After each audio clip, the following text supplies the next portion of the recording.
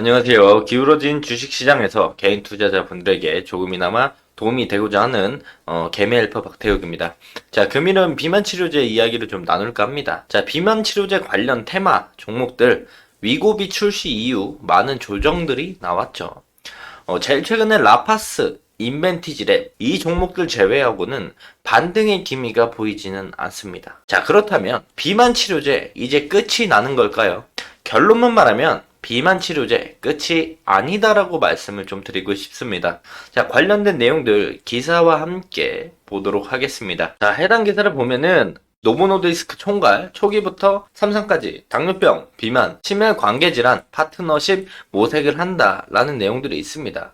또 이 내용들을 쭉 보면은 노보노디스크가 임상 초기부터 3상까지 단계를 구별하지 않고 당뇨병, 비만, 심혈관계 질환 영역에서 추가적인 파트너들을 모집하고 있다라고 되어 있죠. 이게 나온 기사가 어제 나왔습니다. 11월 20일 날 서울 서초구 양재의 L타워에서 열린 2024 제약바이오 글로벌 오픈 이노베이션 위크에서 노보노디스크와의 파트너십이라는 주제로 이제 발표가 되었는데요.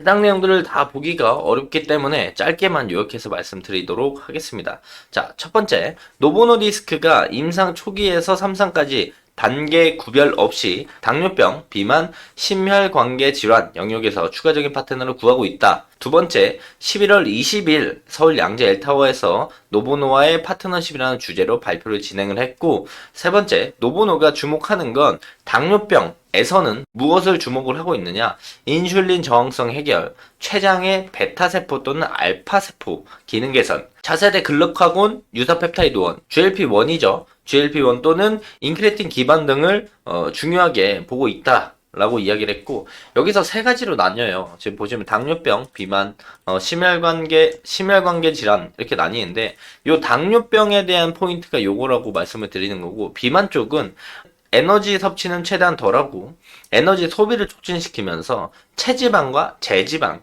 감소, 그리고 근육량 보존, 근육량 증가 방법을 모색을 하고 있다. 그래서 비만 치료제 중에 체지방 감소와 근육량 증가를 생각해보면 한미약품이 제일 먼저 떠오르죠. 또한 이제 노보노는 자사의 이제 파이프라인 중에 50% 이상을 외부 파트너십에 구축하는 것을 목표로 하고 있습니다. 그래서 작년 기준에 100개 이상의 파트너십을 체결했고 27개의 글로벌 거래를 진행을 했었죠. 또한 노보노디스크는 이 메쉬 치료제, 대사 이상 관련 지방 간염에 집중을 하고 있다라고 보여지고 있는데요. 우리가 볼 포인트는 당뇨병과 비만을 좀 주목해서 볼 필요가 있겠다. 왜냐? 노보노디스크도 이쪽을 주목해서 보고 있기 때문에 추가적으로 이 해당 내용들에 이제 근거가 있는 기사들 좀 하나 가져와서 보게 된다라고 한다면 해당 기사를 좀 볼 수 있을 것 같습니다. 해당 기사를 이제 직역해서 한국어로 변경을 하게 된다라고 한다면 기사 내용들이 이렇게 나와서 확인해 볼 수가 있는데요. 이 기사도 바로 오늘 아침에 나온 기사입니다. 해당 기사를 보게 되면은 홍콩에 상장되어 있는 중국 바이오 기업 레이크나 생명보험 회사는 릴리와 계약을 통해서 자금이랑 자원을 지원을 받는다라는 내용인데요. 여기서 뭐 쭉 내용들을 봤을 때 마지막에 어떤 부분이 포인트냐? 릴리는 이 약물 개발을 하는 자금 지원하고 자원과 전문 지식을 공유를 하지만 렉나라고 직역돼서 나와 있는데 레이크나라고 읽으시면 돼요. 레이크나라는 이 회사는 이 약물에 대한 전 세계적 권리를 유지하고 중국에서 이 약물의 초기 임상 진행을 진행할 것이다.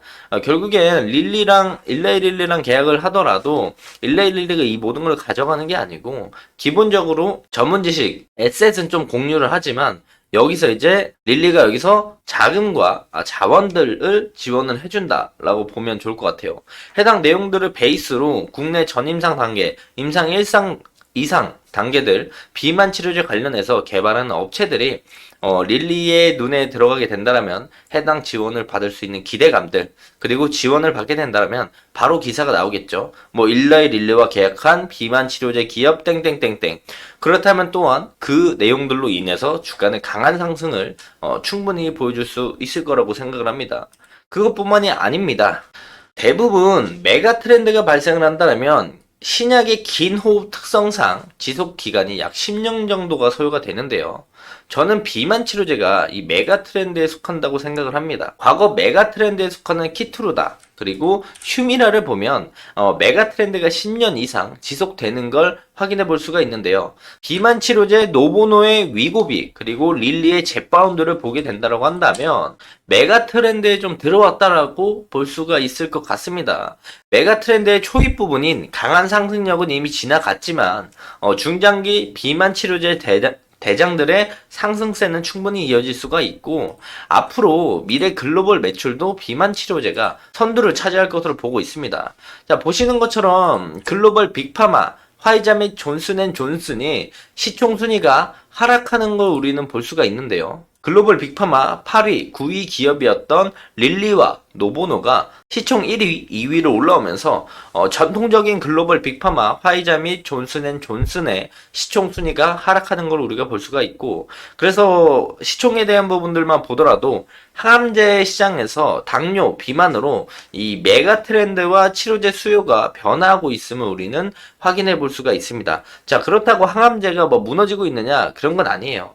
그런데 당뇨와 비만에 관련된 트렌드, 치료제 수요가 증가하면서 아래쪽에 있던 일레릴리 노보노 디스크가 올라오는 모습들을 보여줬다라는 거죠. 비만 치료제 관련주는 국내에서 이렇게 참 많은데요. 이 중에 어느 하나의 종목을 콕 집어서 릴리와 파트너십 가능성이 높다라고 말하기는 어려울 것 같습니다.